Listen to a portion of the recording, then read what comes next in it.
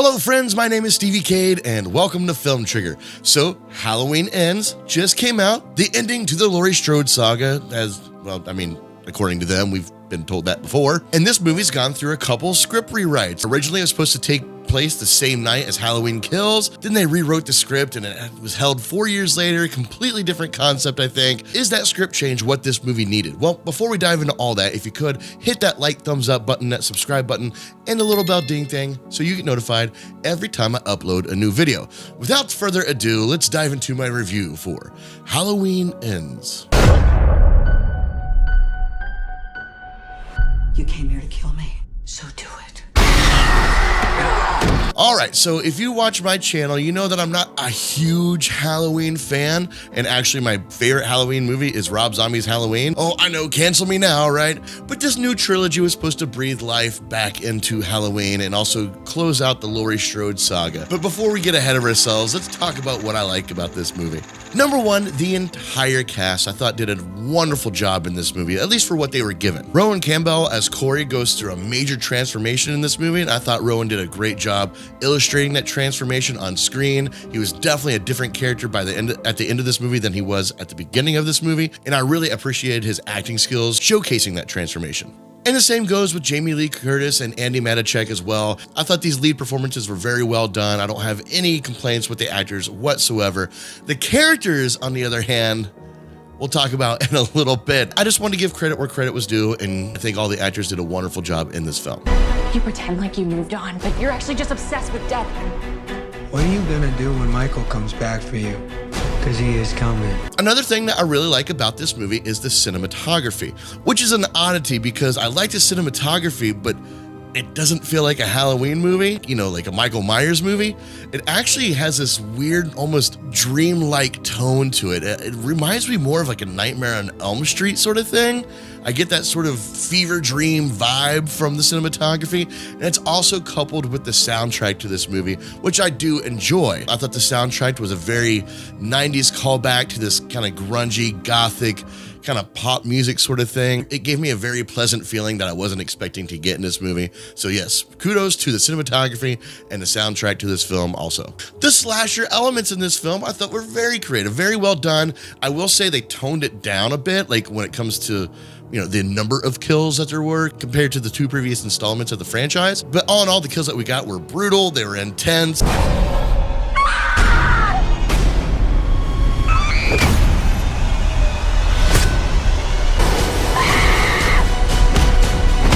The tongue going around on the record player, skipping the record, I thought that was like a nice little touch. It's gory, it's gross, but like you're kind of chuckling at it at the same time.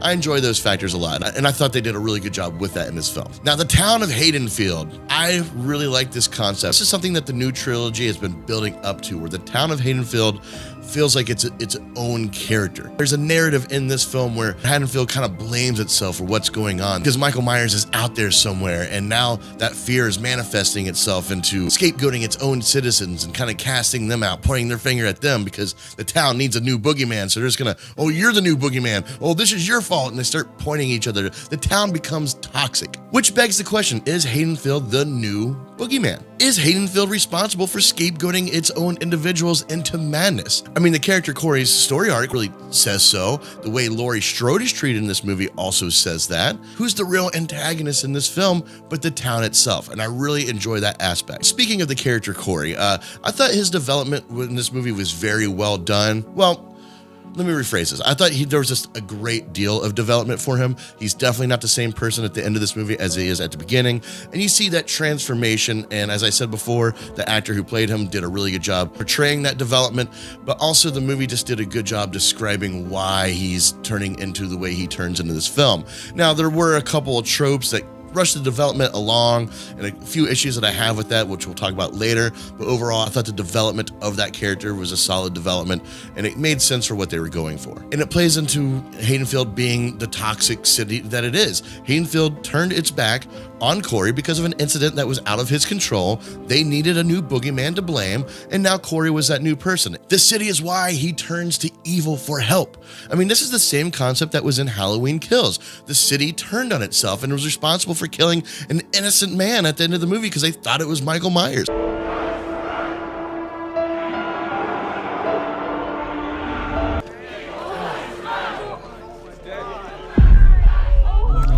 Michael Myers' impact on this city is very negative and very great, and the city is eating itself alive because of it. And again, that's one of my favorite narratives that this movie has, and Corey is a prime example of what this city's capable of producing out of fear. The ending of this movie I found to be very satisfying. Particularly speaking, the finale between Laurie and Michael Myers, I thought it was brutally poetic, very ceremonious, and had a very primitive feel to it, especially when they're parading Michael Myers on top of the car through the city. To me, that was a very great way to kind of send off Michael Myers. The townspeople come together. They can let this monster go that plagued their town for 40 some odd years. I appreciated the town coming together and releasing this demon. And the town is now able to start its healing process. And I thought that was a very good way to end the Michael Myers, Laurie Strode saga. Yeah, they ended it. No questions asked.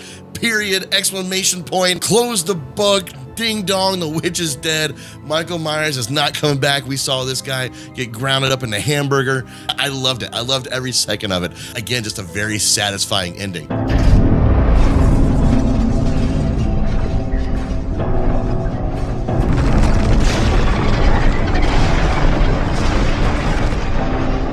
If they do a sequel to this and Michael Myers somehow comes back, I'm done. I'm done.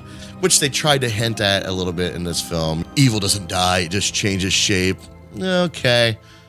I don't know what you're doing. Either reboot the franchise or just stop making them. Let's not try to get rid of Michael Myers. Michael Myers is the boogeyman. And speaking of Michael Myers himself, I thought they did a decent job humanizing him, if you will. Because obviously at the end of Halloween Kills, he was brutally beaten up, shot, stabbed, whatever. Then he does his Michael Myers thing, wakes up, and everyone's like, what the fuck just happened? This dude just took an ass beating of a lifetime. Well, we get to see the effects of that in this movie. He's not doing well. Michael Myers is fucked up in this movie. And I really enjoyed that aspect of it. It really humbled him down to a human level. He's not the boogeyman that hides in the shadows. He's like a cat that's hurt hiding under the floorboards, waiting for his wounds to heal. That's where Michael Myers is in this movie. And they even try to explain things off, like how he's able to come back after a brutal beating like that. The way they illustrated it was not very good. It's kind of odd, when he stabs that cop and then you see him kind of have this weird Michael Myers orgasm thing.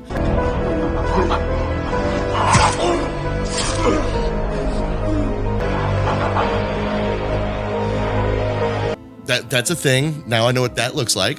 But I believe what they're trying to illustrate here is that his adrenaline rush that he gets from killing people is what fuels him. It's what makes him seem almost superhuman and invincible. And I do like the fact that they tried to explain that, even though they did kind of poorly. So I will show my appreciation for their attempt. Now, moving right along with some things I'm on the fence about when it comes to this movie, and it's the characters. Right, I gave the actors their credit because they did a good job with what they were given. But the characters are not all that great. They're kind of mishandled. Like Laurie Strode, for instance. I actually enjoyed Laurie Strode's where she was in this movie. I thought it was a very unique take on Laurie Strode.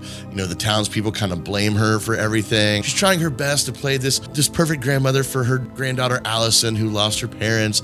She's doing her very best. Only problem is, this is not a good continuation from the two previous installments. If this was a standalone movie, then I would appreciate it for what it is. You know what? I do like this Laurie. It's a unique take. I dig it. But coming from the previous two movies, Laurie is unexplainably neutered. Yeah, they try to give some exposition at the beginning of the movie to try to explain this off, and I don't think it landed for me. And that's why I'm on the fence with it. I do like this Laurie Strode. It's just not the same Laurie Strode I've been following for the past two movies. Or three movies if you include the original. But because of the two previous installments, now it seems like Laurie's trying way too hard to be normal, not be that overprotective, overprepared for Michael Myers mad woman that she was in the previous films. But that's the thing. That's the part I'm having trouble with. Because this isn't a continuation from Halloween 2018 and Halloween Kills, can you just shut that off? This woman lived in fear for 40 years, prepared for Michael Myers to come back at any moment and take her out. But Michael Myers was in this mental prison all that time. Now he's just out and about. They don't know where he is, but they know he's there. And she's not going to do anything? It just doesn't make sense. I was waiting for a moment where she was going to open up a secret door and all these guns were going to be piled up and she actually had this secret plan the whole time. Then I would have been yes, that's the Laurie Strode that I've been expecting from this new trilogy. but we didn't get that. Kind of got like a smug comment at the end of the movie. Did you really think I was going to kill myself? Okay, but that was like a very weak version of what I wanted. Corey. Now, I said I really enjoyed Corey's development in the movie, but Corey, the character, is a little weird. I'm not sure what they wanted him to be. They're kind of using him to help humanize Michael Myers a little bit, but I don't understand the relationship between Corey and Michael Myers. I understand why it's there. I don't understand how it's there. But this duality between Corey and Michael Myers is what's going to lead me into what I don't like about this movie. As I said, they're trying to humanize Michael Myers, but then they add in this what seems like supernatural element where Corey looks into Evil's eyes and Evil looks back and says, "Oh, bro, I'll help you out."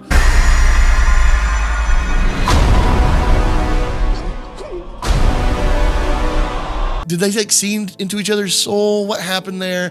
I don't know. It was quick and it got us from point A to point B. It just seemed kind of lazy to me, to be honest with you. And I'm still confused about what to think about Corey. I don't know where Corey lands on my empathic radar because I feel bad for him sometimes. Other times I don't feel bad for him. But by the end of the movie, there was no redeeming factor where you're like, oh, you know what? He was a good guy still in his heart. No, he's just a dead guy now. Killed himself. Unnecessarily so. I don't know. Corey was handled very poorly, and the relationship between him and Michael Myers was also just poorly explained. And what I don't like is the real killer in this movie. The writers. The writing is just not done well at all. I find it to be very misguided. I mean, the Corey storyline, exactly what the base of what that character is, this manifestation of what a toxic city can create when they're scapegoating one of their own people. This innocent young man, Corey, turns into this bloodthirsty maniac. That's a great story. That's a good story of a town not paying attention to mental health, a town trying to put its problems onto other people. As a matter of fact, this movie was so good, it was called Joker with Joaquin Phoenix. It's the same concept, which I don't have a problem with. My point is, you have this great story that is shoehorned into a Halloween film. And like, I could see what they're trying to do, but you kind of backed off the Halloween part of it and kind of stayed focused on this, what should have been a B story, but the B story was the A story. Does that make sense? Like Alverson, for example, the love interest of Corey and the granddaughter of Laurie Strode. She was completely fucking pointless in this movie. Completely pointless. The only reason for her to be in there was to add this connection between Corey and Laurie, which, to be honest with you, you pluck Alverson out of there and have Corey and Laurie kind of Corey and Laurie. That's fun to say. Have Corey and Laurie kind of come together, you know, as two people that have both been outcast in their city, so they can relate to each other that way, and then build onto the Michael Myers obsession that Corey develops, and he starts going around killing people. Imagine how impactful that would be to Laurie Strode in that storyline. That's something I would like to see, but we have Alverson there. So love interest, and we're going to put Laurie Strode on the back burner and Michael Myers on the back burner. Okay. This is how Halloween ends. It's a slow, painful death. But this storyline only goes one way. Like, you can take the Halloween element out of this movie and pluck it out, and you still have a good story about what's going on with Corey. And then Alverson actually fits right into that story as long as the rest of the Halloween stuff isn't there. But you can't go the other way. If you pluck that storyline out of this movie, there's no Halloween movie. There's barely anything besides a fucked up Michael Myers kind of comes back, has a failed attempt at killing Laurie Strode, ends up getting killed himself. Meat and potatoes of this entire storyline is the story that is shoehorned in there, and that sucks. And it sucks because it is a good story. It's just not a good Halloween movie. Take Joker and just put Halloween flesh on it, and that's what this movie is. And I'm tired of pretending it's not. And the last thing I'm going to talk about on what I don't like is the dialogue. The dialogue is absolutely atrocious. It's terrible. You have these wonderful actors, Jamie Lee Curtis, delivering these stupid ass lines. I can't remember what line it was. I should have written it down, but there's a certain part in this movie where she talks about like showing your tits to whoever, and then she slams some pumpkin onto the ground. Like, what the fuck was that? Or Corey saying, if I can't have her, nobody can. Jesus Christ. How many times have we heard that in a movie? Like, the dialogue is so bad, and you have these wonderful actors given this terrible dialogue, and they're doing their best with it. So, like, who's to blame for this? I mean, you could say the writers, absolutely. The director definitely has a hand in this. Perhaps even the way it's edited, because some of this dialogue just comes across as very campy. Seems like the editor chose the worst take out of all the takes they took. It doesn't seem like the epic ending we deserve. It seems like a made-for-TV movie, which I guess technically it kind of was. It went straight to streaming and theater at the same time. Overall, this is the ending of the Laurie Strode saga, at least the Laurie Strode with Jamie Lee Curtis. I mean, they'll probably reboot it and have another Laurie Strode, which, whatever. We'll cross that bridge when we get to it. And I do appreciate the new trilogy for what it was trying to portray, having the town be its own entity. Like Haddonfield was affected by Michael Myers so much, the town turned on itself and it was eating itself. I appreciated that aspect of this. But the movie was plagued by having another good movie inside of it that really had nothing to do with the Halloween storyline. It causes characters that shouldn't be pointless to become pointless, and a lack of emotion for our main characters. Now, at this moment, the movie as is with these concepts and these problems, I would give it a solid C-, but then you add in this terrible dialogue that just shows up every like 5 to 10 minutes, and it brings it down. I'm giving this movie a D+. Well, it wasn't bad. Well, there were parts of it that weren't very good, though. It could have been a lot better. There you have it, guys. There's my review for Halloween Ends. Let me know your thoughts. Do you agree with me? Do you disagree with me? I know this movie's kind of divisive, and I completely understand why, because there is a good story. It's just not a Halloween story. But maybe that's what ticks for you, because this is a good-looking movie with really good actors in it. So I completely understand both sides of that. Let me know your thoughts in the comments below. Also, be sure to check out some more of my videos. And as always, stay trigger happy, my friends. Peace. Rob Zombie's Halloween is the best Halloween. I will kill him. Come and get me.